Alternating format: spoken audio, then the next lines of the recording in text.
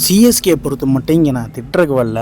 இன்றைக்கி அவங்களோட positives and ப்ராப்ளம்ஸும் இந்த வீடியோ பொறுத்த மட்டும் பார்த்துடலாம்.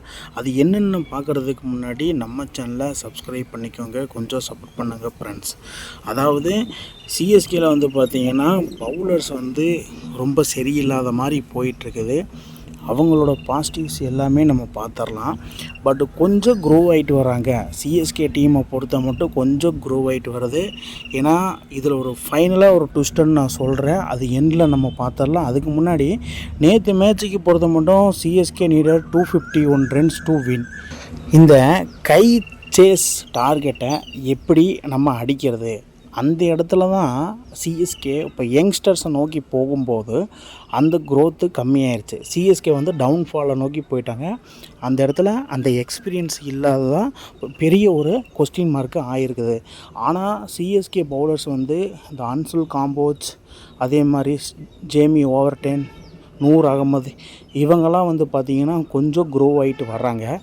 இதுவே நல்லா போடும்போது எக்ஸ்பீரியன்ஸ் வரும்போது அவங்களோட பேக் ஃபயரை வந்து டிலீட் பண்ணிவிட்டு மறுபடியும் உள்ளே வருவாங்க. அப்படி வரும்போது எந்த ஆப்போனண்ட்டும் ரொம்ப கஷ்டப்படுவாங்க. இப்போ வந்து சிஎஸ்கே டீமு 17 வருஷமாக ஆர்சிபி எப்படி இருந்ததோ, எவ்வளோ ரன் அடித்தாலும் திருப்பி அடிச்சிருவாங்க. அதே மாதிரி தான் இப்போ வந்து சிஎஸ்கே டீமும் இருக்கிறாங்க. ஸோ இதனால் 250 ரன்ஸ் எப்படி வந்து பீட் பண்ணுறது, எப்படி அதை குறைக்கிறது. நேற்று பொறுத்த மட்டும் 220 ரன்ஸை வந்து டார்கெட்டாக வச்சுருந்தாங்கன்னா ஆர்சிபி நல்லா பவுலிங் போட்டிருந்தா ஈஸியாக வின் பண்ணியிருக்கலாம். அந்த இடத்துல ஒரு மிஸ் அவுட் ஆயிடுச்சு. பட் ஜேமி ஓவர்டன், இந்த இடத்துல இவரை நான் சொல்லியே ஆகணும். ஒரு ஃபாரின் பிளேயர் வந்து அந்த காலத்துலேருந்து Alby Morkel இருந்தாப்புல, Michael கசி, Dwayne Bravo, இந்த மாதிரி பிளேயர்ஸ் மத்தியில் இவர் ஒரு ஃபாரின் பிளேயராக வரும்போது அந்த இடத்துல இவர் aggression okay, but some runs getting உள்ளே கொண்டு வராரு சிஎஸ்கே அணிக்காக. பட் இவரோட பாசிட்டிவ் வந்து கொஞ்சம் ஈடுபாடும் சரி, பாசிட்டிவ் வந்து கொஞ்சம் கம்மியாக இருக்குது. இவரை பொறுத்தளவு ப்ராப்ளம் நிறைய இருக்குது இவர் side.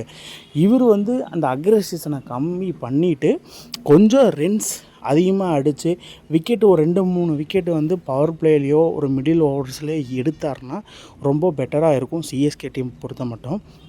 But Anshul Kamboj captain Ruturaj கைக்கோடுக்கு செம்மையாக பண்ணித்தராரு. அதை நான் வந்து பார்த்தேன். அந்த இடத்துல இன்னும் பவர் பிளேலேயே ஒரு 2-3 விக்கெட்டை எடுத்தார்னா கேப்டன் ருத்ராஜ் கைக்கோடுக்கும் செம்மையாக இருக்கும். அந்த இடத்துல அவரோட அக்ரெஷனும் கொஞ்சம் நிறைய இருக்குது. பட் யங்ஸ்டர்ஸ் அல்லவா, அவங்க வந்து அக்ரெஷன்ஸோடு தான் இருப்பாங்க. அந்த இடத்துல எக்ஸ்பீரியன்ஸ் பேசப்படாது அவங்கள பொறுத்த மட்டும். இப்படியே போயிட்டுருந்தால் 14க்கு 14 மேட்ச்சில் லாஸ் பண்ணுவாங்கன்னு நான் சொல்கிறேன். இந்த அக்ரெசிஷன் நேற்று பார்த்தீங்கன்னா இந்த அக்ரெஷன் டிம் டேவிட்ட காமிச்சதுனால ஒரு விக்கெட்டை எடுக்கிறாரு. பட் அது இன்னும் ஃபில்பில் ஆகலை, விக்கெட்டு வந்து கன்ஃபார்ம் ஆகலை. அதுக்கு முன்னாடி அக்ரெஷன் பண்ணிடுறாரு. அது பண்ணும்போது டிம் டேவிட் ஆக்ரோஷமாக, இவர் சாதாரணமாக ஆடி இருந்தாலும் டிம் டேவிட் ஒரு 220 வரைக்கும் தான் டார்கெட்டை செட் பண்ணி வச்சுருப்பார்.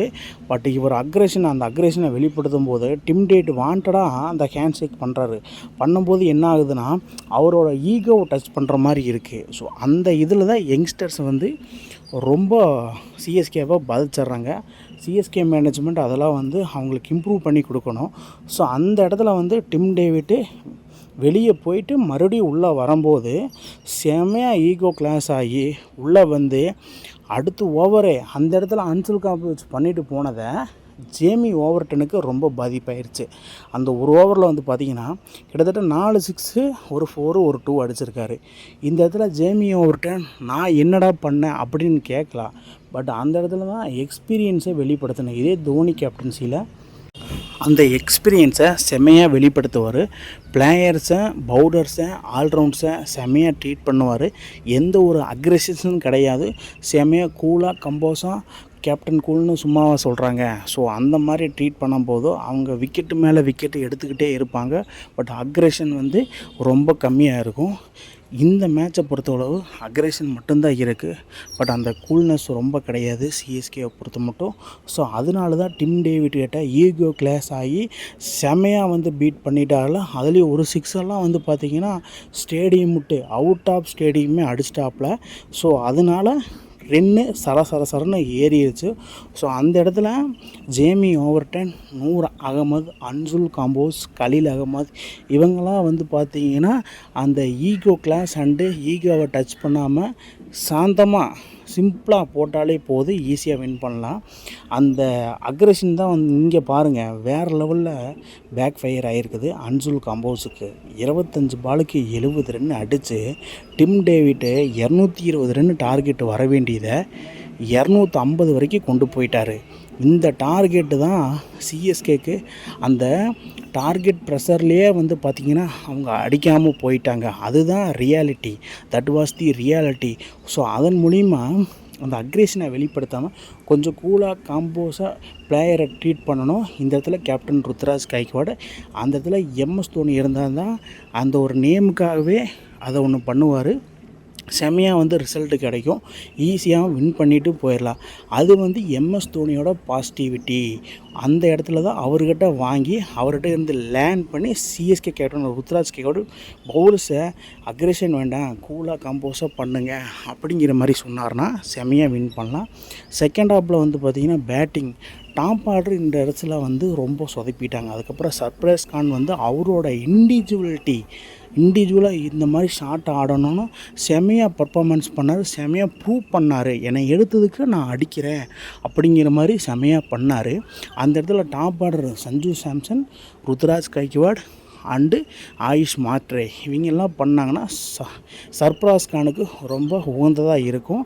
அவரோட இண்டிவிஜுவாலிட்டியை வெளிப்படுத்தி 27 பாலுக்கு 50 ரன் அடிக்கும்போது அவருக்குள்ளேயே நானும் ஒரு சிறந்த பிளேயர் அப்படின்னு சொல்லி சிஎஸ்கே ஃபேனுக்கு வெளிப்படுத்தி காமிச்சிருக்காரு. மெயினாக ஐபிஎல் பிளான்ஸுக்கு மேனேஜ்மெண்ட்டுக்கு ப்ரூவ் பண்ணியிருக்காரு. என்னை நம்பி எடுத்ததுக்கு நான் வந்து செமையாக ப்ளே பண்ணி கொடுப்பேன் அப்படிங்கிற மாதிரி அவரோட இண்டிவிஜுவாலிட்டியை வெளிப்படுத்தி காமிச்சிருக்காரு. அவர் அடித்த ஷாட் எல்லாமே பியூர் காசு, பியூர் சினிமான்னு சொல்லுவாங்க சினிமாவை பொறுத்த மட்டும். பட் கிரிக்கெட்டை பொறுத்த மட்டும் பியூர் ஷாட்டு. பட் அதே மாதிரி பிரசாந்த் வீர் அண்டு கார்த்திக் சர்மா இவங்களோட 14.5 கோடி ரொம்ப பேசப்படுது. இவங்க 2 பேர்த்துக்கு 28.5 கோடி வந்து வழங்கிட்டாங்க சிஎஸ்கே. பட் யங்ஸ்டர்ஸை நோக்கி போயிருக்காங்க இந்த வருஷம். நல்ல ஒரு குட் மூவ் தான் நான் சொல்லுவேன். ஒரு குட்டாக ஃபீல் பண்ணால் அது குட் மூவ், அது பேடாக ஃபீல் பண்ணால் பேட் மூவ் தான் சொல்லணும். ஆனால் கார்த்திக் சர்மா அந்தளவுக்கு பெருசாக எதுவும் பண்ணுறதில்ல. பிரசாந்த் வீர் ஏதோ ஒன்று பண்ணிகிட்ருக்காரு. பட் நல்லா க்ரோ ஆகியிருக்காருன்னு தான் சொல்லணும். அந்த இடத்துல செம்மையாக பண்ணியிருக்காரு. பட் இந்த இடத்துல நான் என்னென்னா ஆர்சிபி சிஎஸ்கே மேட்ச் நம்பர் 11 இவங்க 3 பேர் மிடில் ஆர்டர் இந்த இடத்துல செம்மையாக பர்ஃபார்மன்ஸ் பண்ணிட்டாங்க. எந்த ஒரு குறையுமே இல்லை. இதுதான் பாசிட்டிவிட்டி. அதாவது சிஎஸ்கே டவுன் பால்லேருந்து செம்மையாக க்ரோ ஆகிட்டு வராங்க. க்ரோ ஆனதுனால டாப் ஆர்டர் கொஞ்சம் கான்ட்ரிபியூட் பண்ணால் செம்மையாக இருக்கும். அதில் பாருங்கள் சர்ப்ரைஸ்க்கான 200 ஸ்ட்ரைக் ரேட்டு. இந்த ஸ்ட்ரைக் ரேட்டு தான் ரொம்ப ரொம்ப இம்பார்ட்டன்ட். ஆர்சிபிக்கு எதிராக சர்ப்ரைஸ்க்கான 50 ரன் அடிச்சிருக்காரு. ஸ்ட்ரைக் ரேட்டு 200 போயிருக்கு. பிரசாந்த் வீர் அவரும் நல்லா ப்ளே பண்ணியிருக்காரு. 43 ரன்னு, 148 ரன்னு, 148 ஸ்ட்ரைக் ரேட்டில் ஆடியிருக்காரு. ஜேமி ஓவர்டன் ஆர்சிபி 231 ஸ்ட்ரைக் ரேட்டில் ஆகிருக்கார். கிட்டத்தட்ட 16 பாலுக்கு 37 ரன் அடிக்கும்போது இவங்களோட டீமுக்கு இவங்களோட இண்டிவிஜுவாலிட்டியை வெளிப்படுத்தியிருக்காங்க. பட்டு டவுன் தி ஆர்டரில் வந்து ஒரு மிடில் ஆர்டரில் இந்த மாதிரி பர்ஃபார்மன்ஸ் வரும்போது, ஏன்னா சர்க்கிளுக்கு பின்னாடி 5 பிளேயர் இருக்கும்போது இந்த மாதிரி ஆடுறாங்கன்னா அப்போ டாப் ஆர்டர் எவ்வளோ இம்பார்ட்டன்ட் பாருங்கள். ஒரு பவர் பிளே மாதிரி ஒரு ப்ளே கிரவுண்டில் யாருமே அடிக்காமல், டாப் ஆர்டர் அடிக்காமல் மெயினாக மிடில் ஆர்டர் அடிக்க விட்டால் என்ன பண்ணுறது? அதான் விஷயம். இந்த இடத்துல டாப் ஆர்டர் மட்டும் கொஞ்சம் கான்ட்ரிபியூட் பண்ணியிருந்தா 250 ரன்னே டார்கெட்டபிள் தான். ஈஸியாக வந்து சேஸ் பண்ணியிருப்பாங்க. செமையாக பர்ஃபார்மன்ஸும் பண்ணியிருக்கலாம். அந்த இடத்துல சிஎஸ்கே லூஸ் பண்ணிட்டு தாங்கன்னு தான் சொல்லணும். பட்டு பிக் சல்யூட் என்னென்னா சர்ப்ரைஸ் Khan and Prashant Veer and Jamie Overton வேறு லெவலில் சம்பவம் பண்ணிட்டாங்க. ஜேமி ஓவர்டன் இந்த பேட்டிங்கில் க்ரோ பாருங்கள். 36 பாலுக்கு 43 ரன் ஆர்ஆர் கூடையும், 16 பாலுக்கு 37 ரன் ஆர்சிபி கூடையும் பேட்டிங்கில் செமையாக பர்ஃபார்மன்ஸ் பண்ணுறாரு. இதே இடத்துல மிடில் ஆர்டர்ஸில் வந்து இவர் ஓவர் போடும்போது ஒரு 2-3 விக்கெட்ஸு கெயின் பண்ணார்னா சிஎஸ்கேக்கு ரொம்ப ரொம்ப பாசிட்டிவாக இருக்கும். அண்ட் அந்த ப்ராப்ளமே இல்லாமல் ஈஸியாக டார்கெட்டை கம்மி பண்ணிவிட்டு போயிடுவாங்க. அதுதான் CSK head coach Stephen Fleming Jamie ஓவர்டன்கிட்ட சொல்லியே ஆகணும். இதை மட்டும் கொஞ்சம் லேண்ட் பண்ணி பாசிட்டிவாக மூவ் பண்ணாங்கன்னா சிஎஸ்கே 200 ரன்னுக்குலாம் ஆப்பனண்ட்டை சுருட்டிட்டு ஈஸியாக அந்த சேசிங்கை பீட் பண்ணலாம். அதே மாதிரி ஃபஸ்ட் பேட்டிங்கில் சரி, பேட்டிங் செம்மையாக இருக்குது, பவுலிங் இல்லை, சுத்தமாக இல்லை. அதுதான் இப்போ சிஎஸ்கே தரப்பில் பெரிய மைனஸாக போயிட்டுருக்குது. நெகட்டிவே பவுலிங் மட்டும்தான். பேட்டிங் 2 மேட்சஸை சேர்ந்து 200க்கு மேலே அடிச்சிட்டாங்க. பட் இந்த இடத்துல இவருக்கு இந்த அவார்டு கொடுத்தது கரெக்டான மூவ். சர்ஃப்ராஸ் கான் அடே அப்பா, அதாவது சிஎஸ்கே மேனேஜ்மெண்ட்டு சர்ஃப்ராஸ் கானை நம்பி எடுத்தாங்க. இந்த சீசன் அவர் மிடில் ஆர்டரில் செமையாக ப்ளே பண்ணோம். லாஸ்ட் இயர் ராகுல் திரிபாதி செமையாக பண்ணல, அம்பத்தி ராயுடு மாதிரி ஒரு பெரிய பிளேயர் இருந்த இடத்துல செமையாக பண்ணல. ஸோ சர்ஃப்ராஸ் கான் செமையாக மூவ் பண்ணி கொடுத்துருந்தாரு. சிஎஸ்கே மேனேஜ்மெண்ட் நம்பி எடுத்தாங்க சர்ஃப்ராஸ் கானை. செமையாக பர்ஃபார்மன்ஸ் பண்ணி அவார்டு வாங்கிட்டார். இந்த இடத்துல ஃபைனலாக நான் ஒன்று சொல்கிறேன்னு சொல்லியிருந்தேன்ல, அதுதான் இது. ப்ரீவியஸ் எம்எஸ் தோனி இவங்க 2 பேர் இன்னும் டீமில் அரைவலாக இல்லை, ஜாயின் பண்ணல. ஒன்ஸ் இவங்க வந்தாங்கன்னா சிஎஸ்கே டீமுக்கும் சிஎஸ்கே மேனேஜ்மெண்ட்டுக்கும் பிக் யூஸ்ஃபுல்லாக இருக்கும். ரொம்ப யூஸ்ஃபுல்லாக இருக்கும் இவங்களோட கான்ட்ரிபியூஷன். இவங்க வந்தால் பிரசாந்த் வீர் அண்டு கார்த்திக் சர்மா. இப்போ கார்த்திக் சர்மா ரொம்ப பூர் கண்டிஷனில் இருக்கார். ஸோ அவரை உட்கார வச்சுட்டு எம்எஸ் தோனியும் ப்ரீவியஸ் யாராவது ஒரு பிளேயர்ஸுக்கு கொண்டு வந்தால் செம யூஸ்ஃபுல்லாக இருக்கும், செமையாக பண்ணுவாரும் கூட. இவங்க 2 பிக் ஹிட்டர்ஸ் இல்லாதனால CSK team last 3 matches lose பண்ணிட்டாங்க. ஈவன் சாம்பியன்ல 1 மேட்சும் அவையில் 2 மேட்சும் தோற்றுட்டாங்க. அதுதான் இப்போது பெரிய மூவாக பேசப்படுது. சிம்பிளாக சொல்லப்போனால் இவங்க 2 பேர் உள்ளே வரணும். சிஎஸ்கே டீமுக்கு செம யூஸ்ஃபுல்லாக இருக்கும். அது மெயினாக கேப்டன் ருத்ராஜ் கைக்வாடு இவங்கள்ட்ட நிறைய கற்றுப்பார். அதாவது நான் இப்போ என்ன சொல்ல வரேன்னா, சிஎஸ்கே டீமு நான் வரப்போகிற மேட்சஸில் எப்படியெல்லாம் விளையாடணும், உங்களோட கருத்தை கீழே கமெண்ட் பாக்ஸில் கமெண்ட் பண்ணுங்கள் மக்களே. இந்த மாதிரி இன்ட்ரெஸ்டிங் கிரிக்கெட் வீடியோவை தெரிஞ்சுக்க நம்ம சேனலை சப்ஸ்கிரைப் பண்ணுங்கள், லைக் அண்ட் கமெண்ட் பண்ணுங்கள். மேலும் உங்களுக்கு வீடியோ வந்துகிட்டே இருக்கும்.